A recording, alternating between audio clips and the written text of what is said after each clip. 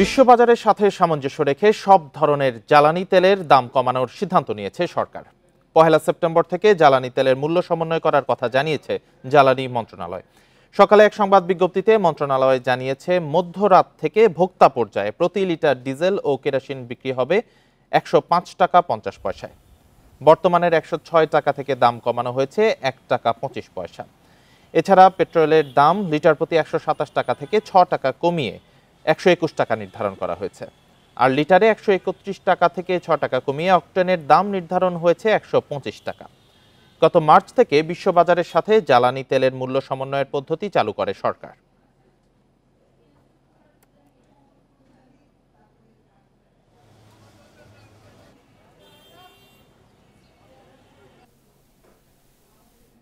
এ বিষয়ে আরো বিস্তারিত জানাতে আমাদের সাথে যুক্ত হয়েছেন জ্বালানি বিশেষজ্ঞ ডক্টর বদরুল ইমাম। ডক্টর বদরুল ইমাম, আপনাকে স্বাগত জানাচ্ছি ইন্ডিপেন্ডেন্ট সংবাদে। যে প্রশ্নটি করতে চাই, ডিজেলে ১ টাকা ২৫ পয়সা এবং অকটেন ও পেট্রোল লিটারে কমানো হয়েছে ৬ টাকা, যেটা আমরা জানি। তো তেলের এই দাম কমানো যথেষ্ট বা যৌক্তিক মনে হচ্ছে কিনা আপনার কাছে? জি, আমার মনে হয় তেলের দাম কমানোটা যৌক্তিক এই কারণে যে তেলের দাম যে গত কয়েকবার যে বৃদ্ধি করা হয়েছে সেটা সে সময়ে অনেকেই অযৌক্তিক মনে করেছিলেন। সুতরাং এটা আশা করা ছিল যে ভবিষ্যতে এটা আবার অ্যাডজাস্ট করা হবে এবং নিম্নমুখী অ্যাডজাস্ট করার কথাও বলা হয়েছিল যে সময় উপযোগী হলে। তো সেই সূত্রে আমার মনে হয় এটা যথার্থ হয়েছে যে তেলের দামটা কমায় বর্তমানে এটাকে একটি স্বস্তিপূর্ণ।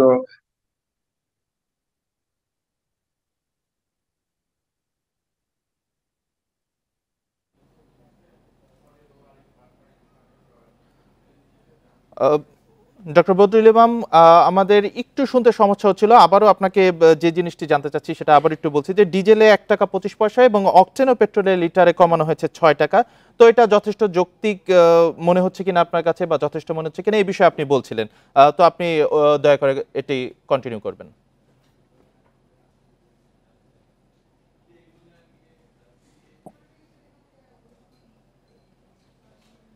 আপনার কথা আমি স্পষ্ট শুনতে পাচ্ছি না, ভেঙে ভেঙে যাচ্ছে। আচ্ছা, আমি আপনি আবারও বলছি আবার যে প্রশ্নটা করেন। যে প্রশ্নটি আসলে করা হয়েছিল, যে যেই দামটা আসলে কমানো হয়েছে ডিজেল, পেট্রোল এবং অকটেনে, সেটা আসলে যথেষ্ট কিনা আপনি বলছিলেন যে হ্যাঁ, সেটি আপনার কাছে যৌক্তিক মনে হচ্ছে। তো এই বিষয়টি আসলে আমাদের শুনতে একটু প্রবলেম হচ্ছিল অডিও ইস্যুর কারণে। তো আপনি এটি কন্টিনিউ করবেন প্লিজ। জি, বর্তমানে যে মূল্য পুনর্নির্ধারণের ক্ষেত্রে যে ডিজেল এবং অক্টেনের দাম যে কমানো হয়েছে এটা আমার মনে হয় যৌক্তিক। তার কারণ ডিজেল, বিশেষ করে ডিজেলের দাম গতবার কয়েক ধাপে বাড়ানোর ফলে এটা এটা একটা জনজীবনে এর একটা নেতিবাচক প্রভাব পড়েছিল।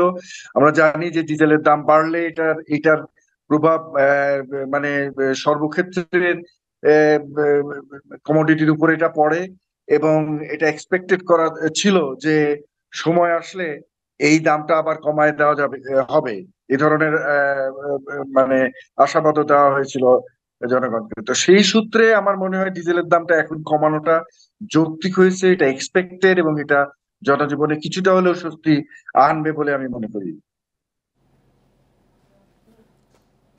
জি, ডক্টর বদরুল, যে আপনি অবশ্যই বলছেন যে এটা যৌক্তিক এবং যথেষ্ট, কিন্তু ডিজেলের দাম কি আরেকটু কমানো যেত কিনা, এবং কমলে তা পণ্য পরিবহন খরচ কমার সাথে অন্যান্য নিত্য পণ্যের বাজারে যেগুলো আছে সেগুলোর দামের উপর প্রভাব ফেলতো কিনা?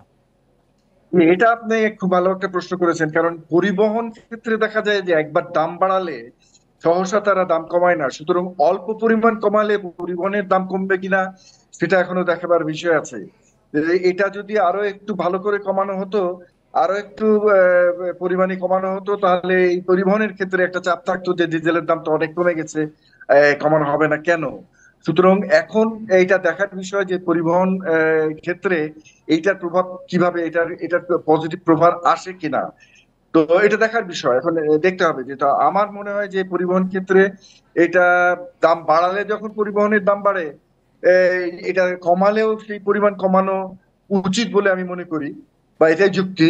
কিন্তু এটা অল্প পরিমাণ কমালে এই ধরনের একটা স্টেপ তাদের পক্ষ থেকে আসতে পারে, যেটা অল্প পরিমাণ কমানো হয়েছে সেই ক্ষেত্রে আমরা এইটা আর কমাবো না, বা এই ধরনের একটা মানে অবস্থার সৃষ্টি হতে পারে। সুতরাং আমার মনে হয় যে এই ক্ষেত্রে যদি দামটা আরো একটু কমানো হতো, তাহলে এই পরিবহনে কমানোর ক্ষেত্রে আমরা আরো একটু সুনিশ্চিত হতে পারতাম বা জোরদার দাবি মানে করা যেত। জি, ডক্টর বদরুল ইমাম, আপনার মূল্যবান মতামত ও পরামর্শের জন্য এবং আমাদের সাথে যুক্ত হওয়ার জন্য আপনাকে অসংখ্য ধন্যবাদ জানাচ্ছি। জ্বালানি তেলের দাম আরও কমানোর সুযোগ রয়েছে বলে মন্তব্য করেছেন জ্বালানি বিশেষজ্ঞ ডক্টর ইজাজ হোসেন। বলেন, তেলের দাম কম হলে এর ব্যবহার বেশি হতে পারে, ফলে কার্বন নিঃসরণ আরও বাড়বে। কাজেই সরকারের উচ্চ পর্যায় থেকে এ বিষয়ে পরবর্তী সিদ্ধান্ত নেওয়া দরকার। দুপুরে ইন্ডিপেন্ডেন্ট টেলিভিশনকে এসব জানান তিনি।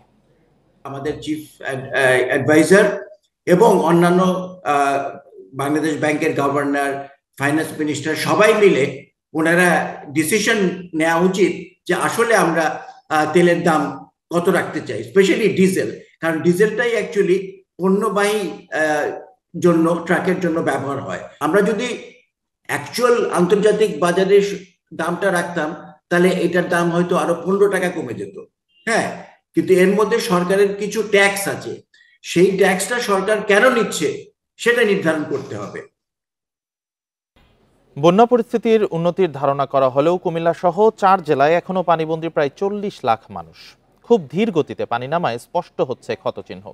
অনেক এলাকায় পানি থাকায় বাড়ি ফিরতে পারছেন না আশ্রয় কেন্দ্রের লোকজন। এদিকে লক্ষ্মীপুর, ফেনী, চাঁদপুরে পরিস্থিতির উন্নতি হলেও জলাবদ্ধতায় দুর্ভোগ কমেনি দুর্গতদের। কুমিল্লায় গোমতীর ভাঙাবাদ দিয়ে এখনো ঢুকছে পানি। বুড়িচংয়ে উজানে যত পানি নামছে ততই স্পষ্ট হচ্ছে ক্ষতচিহ্ন। লাকসাম, মনোহরগঞ্জ, নাঙ্গলকোটেও বন্যা পরিস্থিতির তেমন উন্নতি নেই। পানিবন্দী 12.5 লাখ মানুষ। আশ্রয় কেন্দ্রে আছে প্রায় 1 লাখ। একবারে যোগাযোগ নাই, কারোর সাথে কোনো কথাবার্তা বলা বা কোনো খাবার এগুলিও না। ব্রিজের পাশে যে এই বাতরা ছিল এডো শেষ। এখন আমরা বাঁশ এবং কি কাঠ দিয়ে এখন আমরা যাতায়াত করতেছি। নোয়াখালীতে 2 সপ্তাহেও বন্যা পরিস্থিতির তেমন উন্নতি হয়নি। পানি না নামায় বাড়ি ফিরতে পারছে না আশ্রয় কেন্দ্রে থাকা মানুষ, বরং প্রতিদিনই ভিড় বাড়ছে দুর্গতদের। বাড়তি মানুষের চাপে আশ্রয় কেন্দ্রে দেখা দিয়েছে খাবার সংকট। যখন কম ছিল তখন খাওয়া দাওয়া ঠিকমতো ছিল, আর এখন মানুষ বাড়ার কারণে স্কুল কর্তৃপক্ষ দেখা গেছে ঠিকমতো খাওয়া দাওয়া ওইভাবে হয় না। লক্ষ্মীপুরে বন্যা পরিস্থিতির কিছুটা উন্নতি হয়েছে। সেখানে নতুন করে আশ্রয় কেন্দ্রে যাচ্ছে না কেউ, তবে দেখা দিয়েছে বিশুদ্ধ পানি ও খাবার সংকট। ফেনীর সব উপজেলায় বন্যার উন্নতি হলেও অনেক জায়গায় এখনো জলাবদ্ধতা রয়েছে। পানিবন্দী অন্তত 2 লাখ। ঘরবাড়ি, জমি হারিয়ে নিঃস্ব দুর্গতরা সাহায্যের অপেক্ষায়। আমার সবগুলা প্রজেক্টের মানে একটা মাছও নাই, সবগুলো একদম আমি নিঃস্ব হয়ে গেছি আর কি। 3টা পুকুরের মাছ, তারপরে আপনার আমার গোয়ালঘরের 3টা গাবি সবই হারাইছি। চাঁদপুরে আশ্রয় কেন্দ্র থেকে বাড়ি ফিরতে শুরু করেছে লোকজন। তবে ফরিদগঞ্জে সেচ প্রকল্পের বেড়িবাঁধের ভেতর জলাবদ্ধতা দেখা দেয় সীমাহীন দুর্ভোগে বাসিন্দারা। সোহেলি জাহান, ইন্ডিপেন্ডেন্ট নিউজ। বন্যার পানি কিছুটা কমতে শুরু করলেও দেখা দিয়েছে নানা রোগ। নোয়াখালীর দুর্গাপুর সিংহনগর প্রাথমিক বিদ্যালয়ে মেডিকেল ক্যাম্প স্থাপন করেছে বিমান বাহিনী। মেডিকেল ক্যাম্পে সেবা নিতে সেখানে ভিড় করেছেন স্থানীয়রা।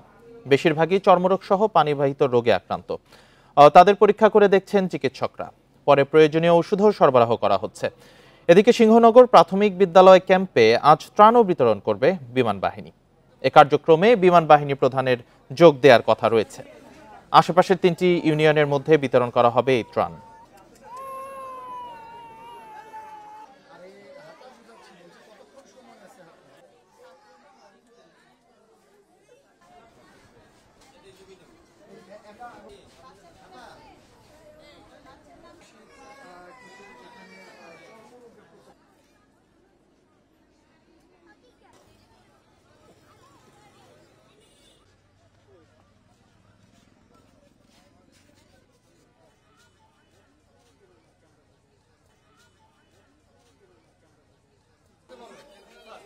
অতি প্রয়োজনে লোকজন আসছে, তারা সবাই আসলে বন্যায় বিভিন্নভাবে ক্ষতিগ্রস্ত। তারপরেও তারা যথেষ্ট পরিমাণ ধৈর্যের সাথে এখান থেকে চিকিৎসা সেবা নিচ্ছে। পানিবাহিত রোগী অর্থাৎ ডায়রিয়া, কলেরা এই জাতীয় রোগী আমরা বেশি পাচ্ছি। তার চেয়েও বেশি পাচ্ছি চর্মরোগে আক্রান্ত রোগী। কাশি, সর্দি, তার ভিতরে বাচ্চা নিউমোনিয়া। এখন কাশি বাড়ি গেছে, জ্বর ওষুধের জন্য আসছে আর কি। খাবার পাচ্ছে না সবাই, বা কেউ ওষুধ বা চিকিৎসা পাচ্ছে না ঠিক মতো, তাই সবাই এখানে আসছে আর কি। আমরা মুমূর্ষু রোগীদেরকে ঢাকাতে নিয়ে যেতে পেরেছি। বিশেষ করে গর্ভবতী মাদেরকে আমরা ঢাকায় নিয়ে গিয়েছি, তাদেরকে চিকিৎসা প্রদান করা হয়েছে এবং মাশাআল্লাহ অনেককে আমরা শিশুসহ নবজাত শিশুসহ ফিরিয়ে এনেছি এই এলাকাতে। একটাই চেষ্টা ছিল যাতে রিমোট জায়গাগুলিতে যারা খাওয়া পাচ্ছে না, পানি পাচ্ছে না, তাদেরকে আমরা প্রথমে সাপোর্ট করব এবং করেছি ইনশাআল্লাহ। নোয়াখালীতে বন্যা দুর্গতদের সহায়তায় এগিয়ে এসেছে তুলনামূলক ভালো অবস্থানে থাকা স্থানীয়রা। বিভিন্ন আশ্রয় কেন্দ্রে থাকা মানুষকে খাবার ও চিকিৎসা সামগ্রী দিচ্ছেন তারা। এতে কিছুটা স্বস্তিতে আশ্রয় কেন্দ্রের মানুষ। এই উদ্যোগকে স্বাগত জানিয়ে জেলা প্রশাসক বলছেন সরকারিভাবেও সহায়তা করা হচ্ছে। আকস্মিক বন্যায় 2 সপ্তাহ ধরে পানিবন্দী নোয়াখালীর 8 উপজেলার 20 লাখের বেশি মানুষ। ঘরবাড়ি তলিয়ে যাওয়ায় অনেকেরই ঠাঁই হয়েছে বিভিন্ন আশ্রয় কেন্দ্রে। সরকারি হিসেবে 13,089 আশ্রয় কেন্দ্রে রয়েছেন প্রায় 3 লাখ মানুষ। বিপুল সংখ্যক দুর্গত মানুষের জন্য খাবার ও চিকিৎসার ব্যবস্থা করা বিশাল চ্যালেঞ্জ। এ অবস্থায় সরকারের অপেক্ষায় না থেকে দুর্গতদের পাশে দাঁড়িয়েছে স্থানীয়রা। নিজ উদ্যোগে বন্যার্তদের ওষুধ, পানি ও খাবারের ব্যবস্থা করছেন তারা। নিজস্ব উদ্যোগে থাকা এবং খাওয়ার ব্যবস্থা করতেছি, বিভিন্ন দান অনুদান এনে দিতেছি। নিজেদের ফান্ড থেকে যা সম্ভব আমরা সেটা দিয়ে চেষ্টা করতেছি। স্থানীয়রা এগিয়ে আসায় কিছুটা স্বস্তিতে মানভাসীরা। আমার ঘরে আশ্রয় দিচ্ছে, আমার ঘরে 3 বেলা খাওয়ার দিচ্ছে, সব দিকে সহযোগিতা পাইতেছি আমরা। শুধু গায়ের কাপড় চোপড় নিয়ে এখানে আশ্রয় নিচ্ছি, ওনারা আমাদেরকে 3 বেলা খাওয়াচ্ছে, সব রকম সুবিধা দিচ্ছে। কেউ ডাল দেয়, কেউ চাল দেয়, কেউ খাওয়াতে বিরিয়ানি দেয়, এগুলো আনি দেয়। স্থানীয়দের উদ্যোগকে স্বাগত জানিয়ে জেলা প্রশাসক জানান, স্থানীয়দের পাশাপাশি আশ্রয়কেন্দ্রগুলোতে সরকারিভাবেও ত্রাণ ও চিকিৎসা সামগ্রী দেয়া হচ্ছে। ব্যক্তিগত পর্যায়ে অনেক হসপিটাল, আইসিডি, ডিআরবি তারা আমাদের সাথে যোগাযোগ করেছে। প্রথমে আমরা আসলে শুকনো খাবারের চিন্তা করেছিলাম, এখন আমরা শিশু খাদ্যের কথা বলছি। আমরা যেখানে জানাচ্ছি, আমরা আমার মন্ত্রণালয় জানিয়েছি আমার শিশু খাদ্য প্রয়োজন। শিশু খাদ্যের জন্য আমাদের বিভিন্ন সংস্থা যারা কাজ করে তাদেরকে আমরা বলছি। বিপদে মানুষের পাশে মানুষ দাঁড়ানোর বিষয়টি অনন্য উদাহরণ বলছেন বানভাসীরা। Independent news. বন্যা পরিস্থিতি নিয়ে আরো জানাতে নোয়াখালী থেকে যুক্ত হয়েছেন সহকর্মী আবু নাসের। আবু নাসের, পানি তো কিছুটা কমতে শুরু করেছে, এখন কি পরিস্থিতি রয়েছে বন্যার? আমরা দেখছিলাম যে স্থানীয় যারা একটু অবস্থা সম্পন্ন তারাও এগিয়ে এসেছেন, বিমান বাহিনীও মেডিকেল ক্যাম্প করছেন, ত্রাণ দিচ্ছেন। সার্বিক পরিস্থিতি জানাবেন।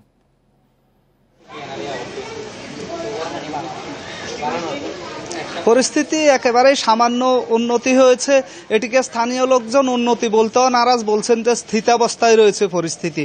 আমি যদি আমার পেছনে এখন দেখাই, এটি হচ্ছে নোয়াখালী সরকারি কলেজ, সরকারি মহিলা কলেজ। এই কলেজে এখনো প্রায় 300-র মতো নারী, পুরুষ, শিশু আশ্রয় নিয়েছেন এবং গত 10 দিন থেকে তাদেরকে স্থানীয়ভাবে খাওয়া দাওয়ার ব্যবস্থা করা হচ্ছে। এই মুহূর্তে বিভিন্ন পাতিলে করে রান্না করা খাবার নিয়ে এসছেন এখানে শহর বিএনপির সভাপতি আবু নাসের সহ এখানকার বিভিন্ন স্বেচ্ছাসেবীরা, বিএনপি যুবদল, ছাত্রদলের স্বেচ্ছাসেবীরা রান্না করা খাবার নিয়ে এসছেন এবং এই 3 শতাধিক নারী, পুরুষ, শিশুকে এখানে খাওয়ার ব্যবস্থা করা হবে। ওদিকে দেখা যাচ্ছে যে সেখান থেকে একদিকে চাল ডাল এগুলো আশ্রয় কেন্দ্রে নেওয়া হচ্ছে কিচেনে, সেখান থেকে রান্না করে একের পর এক এই আশ্রয় কেন্দ্রটিতে দেওয়া হচ্ছে। এখানে স্থানীয় যারা রয়েছেন তারা বলছেন যে প্রতিনিয়তই এই আশ্রয় কেন্দ্রে মানুষের সংখ্যা বাড়ছে এবং এখানে কখনো 400, কখনো 500 পর্যন্ত গিয়ে পৌঁছে লোক সংখ্যা। গত 10 দিন থেকে টানা এখানে স্থানীয় বাসিন্দারা যারা রয়েছেন, বিশেষ করে শহর বিএনপি সভাপতির নেতৃত্বে স্বেচ্ছাসেবক দল, ছাত্র দলের কর্মীরা, সমর্থকরা, তারা এখানে রান্নার ব্যবস্থা করছেন, এখানে রান্না করা খাবার পরিবেশনের ব্যবস্থা করছেন এবং একের পর এক এখানে খাওয়া আসছে এবং রান্না করে এগুলো পরিবেশন করা হচ্ছে। পাশাপাশি আজকে জেলা বিএনপির পক্ষ থেকে একটি সংবাদ সম্মেলনে জানানো হয়েছে, নোয়াখালীতে যে পরিমাণ লোক বানবাসী হয়েছে, যেই পরিমাণ লোক ক্ষতিগ্রস্ত হয়েছে, সেই পরিমাণ ত্রাণ সামগ্রী এখানে পৌঁছেনি। ফলে বিএনপি এবং রাজনৈতিক দলগুলো আসলে ওইভাবে ত্রাণ সামগ্রী দিয়ে কুলাতে পারছেন না। আজকে কেন্দ্রীয় বিএনপির ভাইস চেয়ারম্যান মোহাম্মদ শাহজাহানের বাসভবনে এই সংবাদ সম্মেলন করা হয়। সেই সংবাদ সম্মেলনে মোহাম্মদ শাহজাহান অভিযোগ করেছেন, নোয়াখালীতে স্মরণকালের সবচাইতে ভয়াবহ বন্যা পরিস্থিতি চলছে। এই পরিস্থিতিতে তাদের প্রত্যাশা ছিল প্রশাসন সাথে সাথে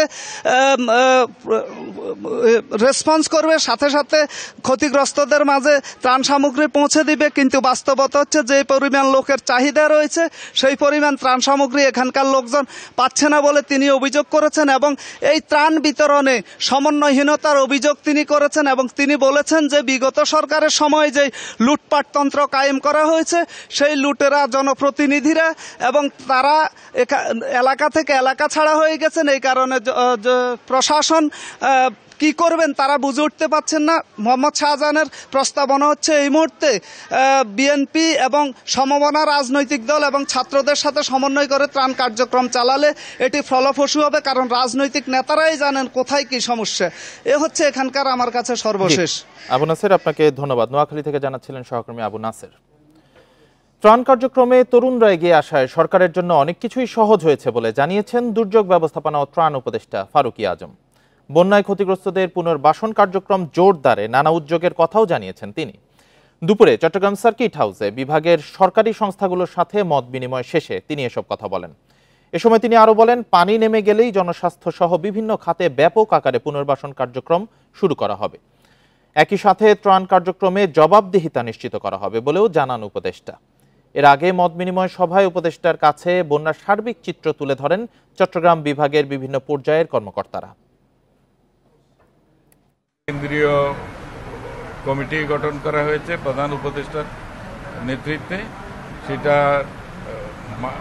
জেলা পর্যায়ে হবে, এটা উপজেলা পর্যায়ে হবে, সবাইকে সংশ্লিষ্ট করে হবে, জনগণকে সংশ্লিষ্ট করেই হবে, যাতে এগুলির অ্যাকাউন্টেবিলিটি থাকে। এগুলির যেন মানুষ যেন জানতে পারে কি হচ্ছে, কেন হচ্ছে এবং কোথায় কোথায় হচ্ছে।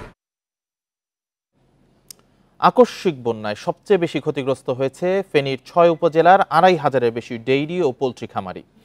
তাদের ক্ষতির পরিমাণ প্রায় ৩৯৭ কোটি টাকা বলে জানিয়েছে প্রাণী সম্পদ বিভাগ। সব হারিয়ে নিঃস্ব এসব খামারি ঘুরে দাঁড়াতে চান সরকারি সহায়তায়। সদর উপজেলার সোনুয়া ইউনিয়নের আব্দুল কুদ্দুস সৌদি আরব থেকে ২ বছর আগে দেশে ফিরে নিজের সঞ্চয় ও ব্যাংক থেকে ৬০ লাখ টাকা ঋণ নিয়ে শুরু করেন পোলট্রি ব্যবসা। আকস্মিক বন্যায় গত ২৩ আগস্ট তলিয়ে যায় সে খামার। প্রথমে খুব ছোট আকারে করছিলাম, তখন পরে দেখতেছি না এটা ব্যবসাটা ঠিক আছে, আমি উদ্যোক্তা হিসেবে এটা আরো বাড়াতে চাইছিলাম। আমি বাড়ি বন্ধক দিয়ে ব্যাংক থেকে লোন নিয়ে আত্মীয়স্বজন থেকে ধার নিয়ে।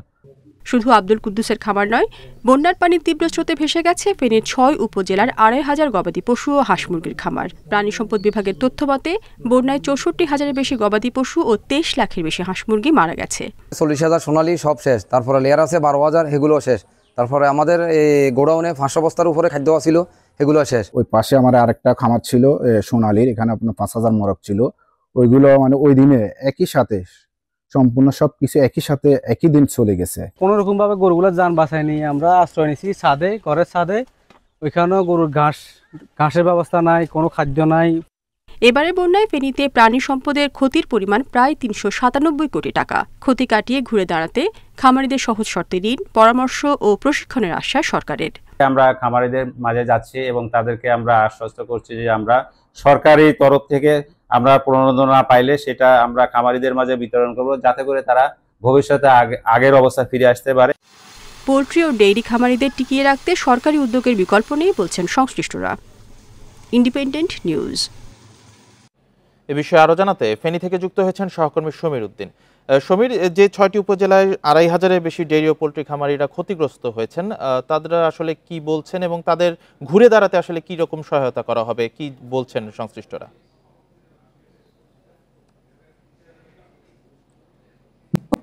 প্রায় ২৫০০ খামারি যারা আছে তারা আসলে এখন নিঃস্ব হয়ে আছে। তাদের দাবি হচ্ছে সরকারের কাছে এই কি ক্ষতি পরিমাণ যেগুলো সেগুলো সামারি করে তাদের জন্য যদি প্রণোদনার ব্যবস্থা করা যায় তাহলে তারা আবার নতুন করে বিনিয়োগ করবে, নতুন করে বিনিয়োগ করে আবার তারা ঘুরে দাঁড়াবে।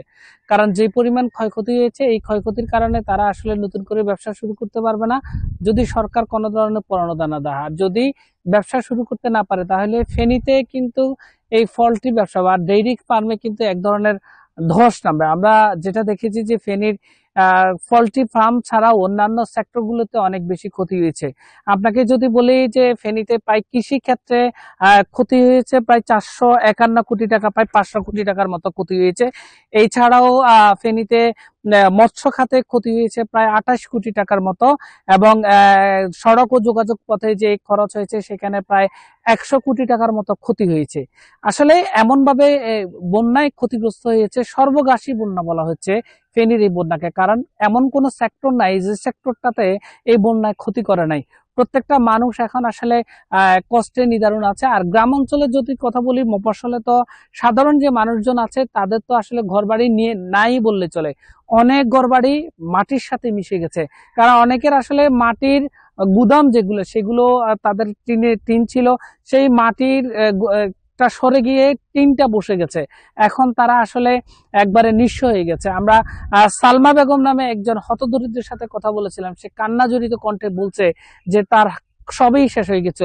সেই শুধুমাত্র তার পরনের একটি কাপড় নিয়ে বের হয়েছে বন্যাতে। কারণ হচ্ছে কি, এমন ভাবে বন্যার স্রোত এসেছিল, অল্প 5-6 মিনিটের মধ্যে তার ঘরে এই বন্যার পানি ঢুকে সকল কিছু নিয়ে গিয়েছে। এখন সে কি করে সামনের দিনগুলোতে সে কাটাবে সেই নিয়ে এখন দুশ্চিন্তা আছে। তেমন ভাবে শুরু করে যে সবজি আবাদ বলেন, সবজি আবাদও অনেক বেশি ক্ষতি হয়েছে। আর এছাড়াও ফেনীতে অনেক জায়গায় যেটা দেখা যাচ্ছে, এই সুযোগে কিছু অসাধু ব্যবসায়ী আছে, তারা এক একটা পণ্যের দাম দ্বিগুণের চেয়েও বেশি পরিমাণে 3 গুণা দাম হাঁকায় তারা আসলে এক ধরনের বাজার অস্থিতিশীল তৈরি করছে। এক ধরনের বলা চলে আসলে ফেনীর যদি বন্যার ক্ষয়ক্ষতির কথা বলি, ফেনীতে বন্যা এমন ভাবে তো ক্ষতিগ্রস্ত করেছে, বাংলাদেশের সবচেয়ে বেশি দুর্বল পয়েন্ট হচ্ছে এখন ফেনী। এখন বলা হচ্ছে সরকার যদি এই ক্ষতিগ্রস্তদের পরিবারের পাশে যদি না দাঁড়ায়, তাহলে এই লোকগুলা এই বিভিন্ন কর্মসংস্থান, ব্যবসা বাণিজ্যের সাথে মানুষগুলো তারা ক্ষতিগ্রস্ত হবে, তারা আসলে ঘুরে দাঁড়াতে পারবে না। এই ঘুরে দাঁড়ানোর জন্য দরকার হচ্ছে সকল সেক্টরের মানুষগুলো মিলে, এনজিও বলেন, সরকারি বলেন, বেসরকারি বলেন, সকল সংস্থা মিলে যদি তাদেরকে প্রণোদনার ব্যবস্থা করা হয়, তাহলে তারা ঘুরে দাঁড়াতে পারবে। ফেনী আসলে অর্থনৈতিকভাবে আরেকটু ডেভেলপ হবে। এই ছিল আমার কাছে ফেনীর বন্যার ক্ষয়ক্ষতি নিয়ে সর্বশেষ পরিস্থিতি। ফেনী থেকে বন্যার ক্ষয়ক্ষতি নিয়ে জানাচ্ছিলেন সহকর্মী সমীর উদ্দিন। উজানের তীব্র ঢল আর বৃষ্টিতে সৃষ্ট বন্যায় মৌলভীবাজারের 4 উপজেলার 55,000-এর বেশি পরিবার ক্ষতিগ্রস্ত হয়েছে। অনেকের ঘর পুরোপুরি ধ্বংস হয়েছে। মাথা গোঁজার ঠাঁই হারিয়ে দিশেহারা মানুষ। প্রশাসন বলছে তালিকা তৈরি করে ক্ষতিগ্রস্তদের পুনর্বাসন করা হবে। মৌলভীবাজারের রাজনগরের কৃষক কুতুব মিয়া, বন্যার পানি স্রোতে ধ্বংসস্তূপে পরিণত হয়েছে তার থাকার ঘরটি। এমনকি ঘর থেকে বের করতে পারেননি কিছুই। এখন মাথা গোজার ঠাঁই নিয়ে দুশ্চিন্তায় তিনি। আমার পুরা ঘর গেছে কি, এখন তো আমি টিন এখানে পাইছি না, এটা যেটা পাইছি এটা বাঙালি অন্ত নাই, এই নমুনা আমার ঘর আছে ওখানে। কুতুব মিয়ার মতো রাজনগরের অনেক পরিবারের একই অবস্থা। কুলাউড়া, কমলগঞ্জ আর সদরের পরিস্থিতিও আলাদা নয়। ক্ষতিগ্রস্ত ঘর মেরামত নিয়ে আশার আলো দেখছেন না দরিদ্র মানুষ। হাতা বালিশ মশারি এটা সব মানে বেডিং সব ওখান থেকে বাসিয়ে গেছে। আমরা ঘর দুয়ার মেরামত করতে আপনার অনেক পয়সার দরকার আছে, অনেক টিন টানোর দরকার আছে, টাকা পয়সার দরকার আছে। আমরা তো গরিব মানুষ। প্রশাসন বলছে ক্ষতির শিকার পরিবারের তালিকা তৈরির কাজ চলছে।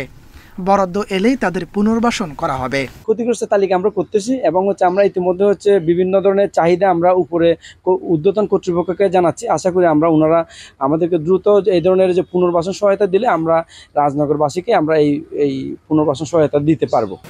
সম্প্রতি উজানের ঢলে মনু ও ধলাই নদের বাঁধ ভেঙে যায় অন্তত 20 জায়গায়। দুর্যোগ ত্রাণ ও পুনর্বাসন কেন্দ্রের হিসাবে এতে ক্ষতিগ্রস্ত পরিবারের সংখ্যা 55,000-এর বেশি। Independent news. অন্তর্বর্তী সরকারকে সুষ্ঠু নির্বাচনের জন্য সময় দিতে চায় বিএনপি। একটি ভালো নির্বাচন হলে সব সমস্যার সমাধান হবে, এমন আশা দলটির মহাসচিব মির্জা ফখরুল ইসলাম আলমগীরের। দুপুরে কুমিল্লার লালমাই উপজেলা ছোট শরীফপুর উচ্চ বিদ্যালয় মাঠে বন্যার্তদের ত্রাণ বিতরণ কার্যক্রমে এসব কথা বলেন তিনি। মির্জা ফখরুল বলেন, ছাত্র জনতার বিজয়কে নস্যাৎ করার জন্য নানা ষড়যন্ত্র চলছে। এসব ষড়যন্ত্রের বিরুদ্ধে সতর্ক থাকতে হবে। দলের কেউ চাঁদাবাজি জবরদখলে লিপ্ত হলে তাকে আইনশৃঙ্খলা বাহিনীর হাতে তুলে দেওয়ার কঠোর হুঁশিয়ারি দেন বিএনপি মহাসচিব। বিকেল 3:30টায় নাঙ্গলকোট উপজেলা আর উচ্চ বিদ্যালয় মাঠে, এরপর সদর দক্ষিণ উপজেলার সুয়াগঞ্জ বাজার ও সন্ধ্যায় সদর দক্ষিণ উপজেলায় কমলাপুর ঈসা গার্ডেনে বন্যার্তদের মাঝে ত্রাণ বিতরণ করবেন তিনি।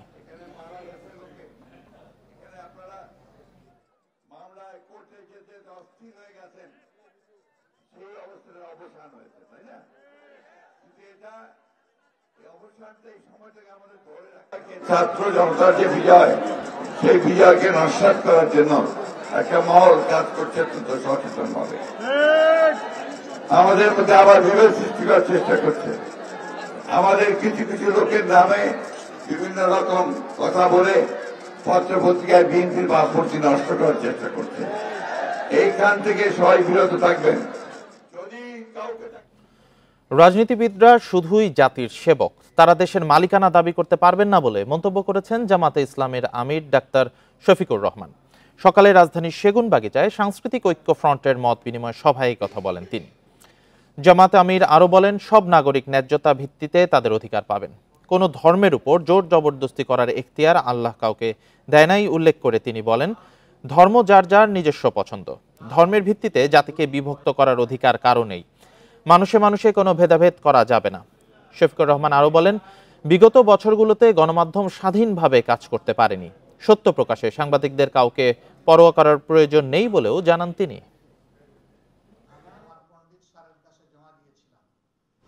এখানে কোনো রাজনৈতিক জমিদারি আমরা বরদাস্ত করব না। রাজনীতিবিদরা হবেন জাতির স্রেফ সেবক, এর বাইরে তাদের কোনো পরিচয় নেই। রাজনীতিবিদরা কখনো দেশের মালিকানা দাবি করতে পারবেন না। যারা এই মালিকানা দাবি করেছেন, যুগে যুগে তারা চরমভাবে অপদস্থ হয়েছেন। বিভিন্ন রাজনৈতিক দলের নেতাদের সাথে আজ মতবিনিময় করবেন অন্তর্বর্তী সরকারের প্রধান উপদেষ্টা ডক্টর মোহাম্মদ ইউনূস। রাষ্ট্রীয় অতিথি ভবন যমুনায় বেলা ৩টা থেকে এ বৈঠক শুরুর কথা রয়েছে। দেশের সার্বিক পরিস্থিতি, সংস্কার এবং আগামী জাতীয় নির্বাচন নিয়ে বৈঠকে আলোচনা হতে পারে বলে জানিয়েছে বিভিন্ন সূত্র। এর আগে বৃহস্পতিবার রাষ্ট্র সংস্কার প্রসঙ্গে রাজনৈতিক দলগুলোর কাছ থেকে প্রস্তাব চায় অন্তর্বর্তী সরকার। সেদিন পরিবেশ ও বন বিষয়ক উপদেষ্টা জানান, দলগুলোর সাথে আলোচনা চালু থাকবে, তাদের কাছ থেকে সংস্কারের প্রস্তাবগুলো নেওয়া হবে। প্রধান উপদেষ্টার প্রেস উইং থেকে পাঠানো তার দৈনন্দিন সূচিতে বেলা ৩টা থেকে রাত ৮টা পর্যন্ত টানা ৫ ঘন্টা মত বিনিময় সভার কথা জানানো হয়েছে। বর্তমানে দেশে ৪৫টি নিবন্ধিত রাজনৈতিক দল রয়েছে।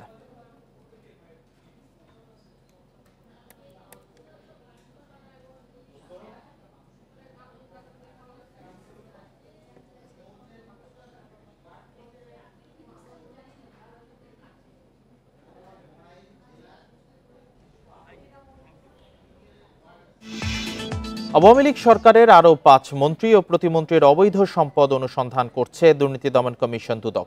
তাদের বিরুদ্ধে ক্ষমতার অপব্যবহার, নিয়োগ বাণিজ্য সহ নানা অনিয়মের অভিযোগ রয়েছে। দ্বাদশ সংসদের নির্বাচনী হলফনামায় তাদের সম্পদ বেড়েছে ৫ থেকে ৫৫ গুণ পর্যন্ত। টিআইবি বলছে, ছাত্র আন্দোলনের অর্জন ধরে রাখতে হলে প্রভাব খাটানোর সংস্কৃতি থেকে বের হতে হবে। পোশাক শিল্পের উদ্যোক্তা হিসেবে ১৯৯৫ সালে ব্যবসা শুরু করেন সাবেক প্রতিমন্ত্রী শাহরিয়ার আলম। ২০০৮ সালে তার ঋণ ৭৬ কোটি টাকা আর অস্থাবর সম্পদ ছিল ৩ কোটি টাকা। দ্বাদশ সংসদ নির্বাচনের হলফনামায় ২০২৪ সালে তার কোনো ঋণ ছিল না, সম্পদ বেড়েছে ৫৫ গুণ। জাকির হোসেন সাবেক গণশিক্ষা প্রতিমন্ত্রী, শিক্ষক নিয়োগ বাণিজ্য করে কোটি কোটি টাকা হাতিয়ে নেয়ার অভিযোগ তার বিরুদ্ধে। শিক্ষা প্রতিষ্ঠানের নামে জমি দখল করে ব্যবসা প্রতিষ্ঠান করার অভিযোগও আছে। ৫ বছরে তার সম্পদ বেড়েছে ২৯.৫ গুণ। মুজিবুল হক চুন্নু সাবেক শ্রম প্রতিমন্ত্রী ও বিরোধী দলীয় চিফ হুইপ ছিলেন। ২০০৮ সালে তার সম্পদ ছিল ৪৪,৪২,০০০ টাকার। দ্বাদশ সংসদ নির্বাচনের হলফনামায় তা বেড়েছে ৩৭ গুণ। আওয়ামী সরকারের সাবেক শিল্প প্রতিমন্ত্রী কামাল আহমেদ মজুমদারের সম্পদ বেড়েছে ৫ গুণ। পার্বত্য এলাকার সকল উন্নয়ন কাজে কমিশন বাণিজ্যের অভিযোগ বীর বাহাদুরের বিরুদ্ধে, তার সম্পদ বেড়েছে ৫ গুণ। টিআইবি বলছে বিগত সরকারের মন্ত্রীরা প্রভাব খাটিয়ে সম্পদের পাহাড় গড়েছে। এই সংস্কৃতি থেকে বের হতে না পারলে ছাত্র আন্দোলনের সব অর্জন ব্যর্থ হয়ে যাবে। দুদকের মতো প্রতিষ্ঠানকে, বিএফ এর মতো প্রতিষ্ঠানকে, জাতীয় রাজস্বের মতো প্রতিষ্ঠানকে, পুলিশের সিআইডিকে বিশেষ করে দুর্নীতি নিয়ন্ত্রণের দক্ষতা, যোগ্যতা, সৎসাহস নিশ্চিত করার জন্য ঢেলে সাজানো অপরিহার্য। রিশাদ হুদা, ইন্ডিপেন্ডেন্ট নিউজ, ঢাকা। রূপপুর পারমাণবিক বিদ্যুৎ কেন্দ্র নির্মাণে শেখ পরিবারের দুর্নীতির অভিযোগ উড়িয়ে দেওয়ার সুযোগ নেই। রাশিয়ার যে প্রতিষ্ঠানের সঙ্গে এই কাজের চুক্তি, দুর্নীতি সূচকে তাদের অবস্থান আছে বলে জানিয়েছেন টিআইবি নির্বাহী পরিচালক ডক্টর ইফতেখারুজ্জামান। সকালে রাজধানীর এফডিসিতে এক অনুষ্ঠানে এই কথা জানান তিনি। পাশাপাশি রূপপুর পারমাণবিক বিদ্যুৎ কেন্দ্র নিয়ে দুর্নীতির অভিযোগ তদন্ত করে দেখতে বর্তমান সরকারের প্রতি আহ্বান জানান তিনি। এ সময় দুদক আইন সংশোধন জরুরি উল্লেখ করে তিনি বলেন, কোনো সরকারি কর্মচারী বা কর্মকর্তা গ্রেপ্তারের ক্ষেত্রে তার কর্তৃপক্ষের অনুমতি নেওয়ার বিধানে পরিবর্তন আনতে হবে। পাচারকৃত অর্থ আন্তর্জাতিক আইনের মাধ্যমে ফিরিয়ে আনা সম্ভব উল্লেখ করে ডক্টর ইফতেখারুজ্জামান বলেন, রোডম্যাপ অনুযায়ী কাজ করলে পাচার হওয়া অর্থ ফিরিয়ে আনা সম্ভব। এটা বাংলাদেশের সবচেয়ে বড় ইতিহাসের সবচেয়ে বড় প্রকল্প। এখানে দুর্নীতির সম্ভাবনা কোনো অবস্থায় নাকচ করা যায় না।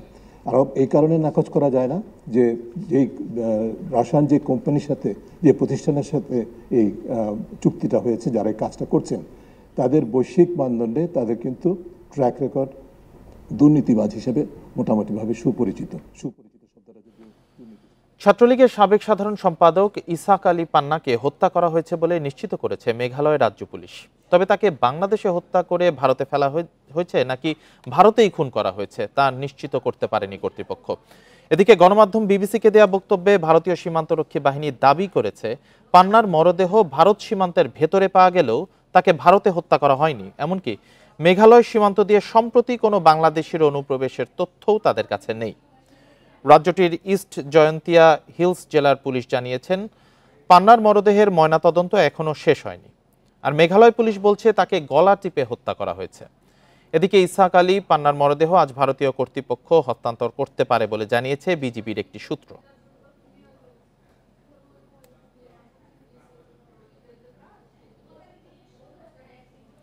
কুমিল্লায় বন্যার্তদের মধ্যে ত্রাণ বিতরণ করতে কুমিল্লায় গেছেন বিএনপির মহাসচিব মির্জা ফখরুল ইসলাম আলমগীর।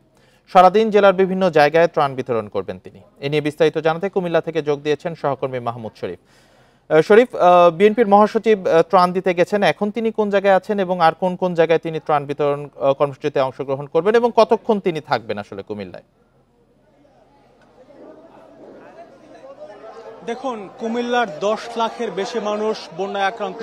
বন্যা দুর্গতদের বিএনপি বিভিন্ন সময়ই সহযোগিতা করে আসছে। আজকে বিএনপি মহাসচিব মির্জা ফখরুল ইসলাম আলমগীর তিনি সকালের দিকেই কুমিল্লাতে এসেছেন এবং দলের পক্ষ থেকে আনুষ্ঠানিকভাবে ত্রাণ কার্যক্রম পরিচালনা করছেন এবং সকালে তিনি বেশ কয়েক জায়গায় ত্রাণ কার্যক্রমে অংশ নিয়েছেন। এখন কুমিল্লার নাঙ্গলকোট উপজেলা শাখার উদ্যোগে ত্রাণ বিতরণ কর্মসূচিতে অংশ নেবেন কিছুক্ষণের মধ্যেই এবং এখানে ত্রাণ কর্মসূচিতে অংশ নেওয়ার পর তিনি আরো 2 জায়গাতে ত্রাণ বিতরণ করবেন।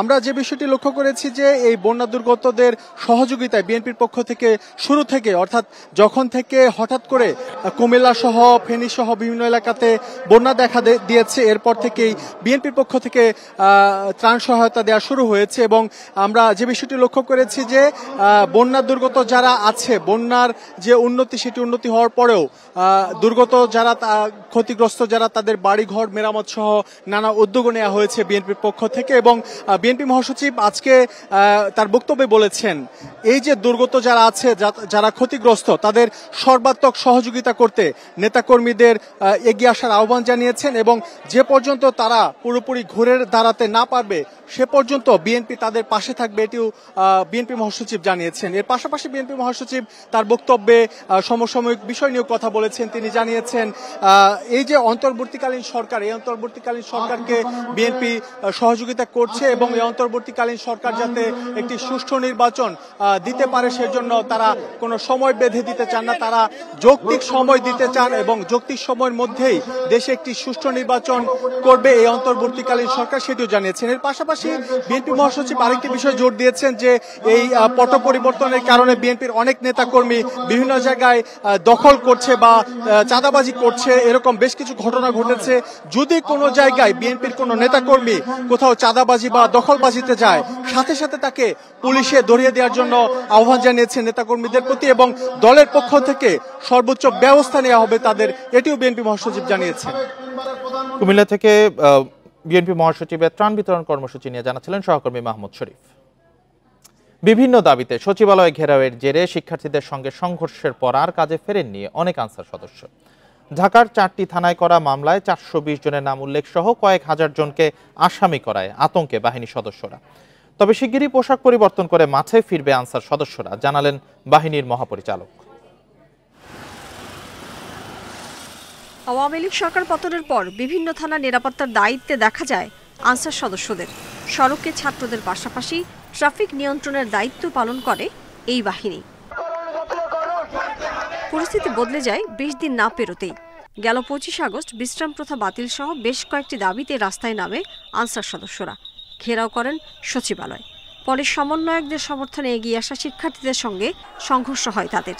এই ঘটনার পর থেকেই হতাশা এবং আতঙ্কে বাহিনীর সদস্যরা।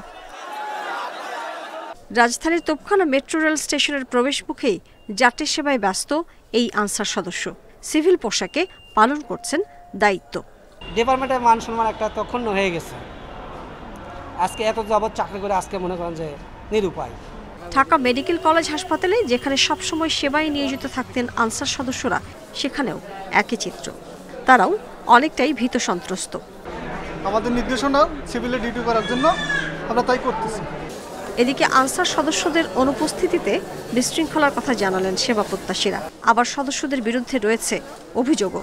আমি 3 দিন ধরে আছি, কোনো আনসার নাই, নিরাপত্তার কেউ নাই। এখানে ট্রলি পাওয়া যায় না, হুইল চেয়ার পাওয়া যায় না। হয়তো তা থাকলে তো শৃঙ্খলা থাকতো, বা মানুষ একটু সাইড শুট করতো বা বলতো। 10 নম্বর রোডে ঢুকতে গেছি, আরে দাঁড়ান, সাইড করে নিয়ে দাঁড়া করে আমার কিছু তার পয়সা দেন। সারা দেশে ব্যাটালিয়ন সহ প্রায় 55,000 আনসার সদস্য গুরুত্বপূর্ণ স্থাপনায় মোতায়েনের কথা থাকলেও কাজে যোগ দেননি বেশিরভাগই। বিক্ষোভের সঙ্গে ব্যাটালিয়ন সদস্যরা জড়িত নন বলে জানান বাহিনীর DG major general Abdul Motaleb Sajjad Hossain. তবে বিভিন্ন প্রতিষ্ঠানের সদস্যদের ফেরা প্রশ্নে ক্যামেরার সামনে কথা বলতে রাজি হননি তিনি। রাজধানীতে প্রায় 14,000 আনসার নিয়োজিত থাকলেও বর্তমানে মাঠে আছেন প্রায় 10,000। Mahmuda Momita, independent news, Dhaka. অবশেষে কুমিল্লায় নির্যাতনের শিকার নিহারকলি নামের সেই হাতিটিকে উদ্ধার করে গাজীপুর সাফারি পার্কে নিয়ে যাওয়া হয়েছে। এর আগে সকালে নারায়ণগঞ্জের রূপগঞ্জ এলাকার আমেরিকান সিটি থেকে হাতিটিকে উদ্ধার করা হয়। এ ঘটনায় মনিরুল ইসলাম নামে এক মাহুতকে আটক ও তার বিরুদ্ধে বন্যপ্রাণী সংরক্ষণ আইনে মামলা হয়েছে। আজ দুপুর 12টার দিকে রূপগঞ্জের পূর্বাচল থেকে হাতিটি উদ্ধার করে গাজীপুর সাফারি পার্কে নিয়ে যাওয়া হয়েছে। সম্প্রতি 17 বছর বয়সী নিহারকলি হাতিটিকে নির্যাতনের একটি ভিডিও সামাজিক যোগাযোগ মাধ্যমে ছড়িয়ে পড়ে। প্রাণী অধিকার কর্মীরা এ বিষয়ে সোচ্চার হলে বিষয়টি পরিবেশ উপদেষ্টার নজরে আসে। তিনি হাতিটিকে উদ্ধারের নির্দেশ দিলে 29 আগস্ট বন বিভাগ কুমিল্লার মুরাদনগর এলাকা থেকে একটি পুরুষ হাতি উদ্ধার করে গাজীপুর সাফারি পার্কে পাঠায়। তবে সেই হাতির সঙ্গে নির্যাতনের শিকার হাতির মিল না থাকায় বন বিভাগ আজ রূপগঞ্জের পূর্বাচলে অভিযান চালিয়ে মাহুত মনিরুলকে আটক ও হাতিটিকে উদ্ধার করে।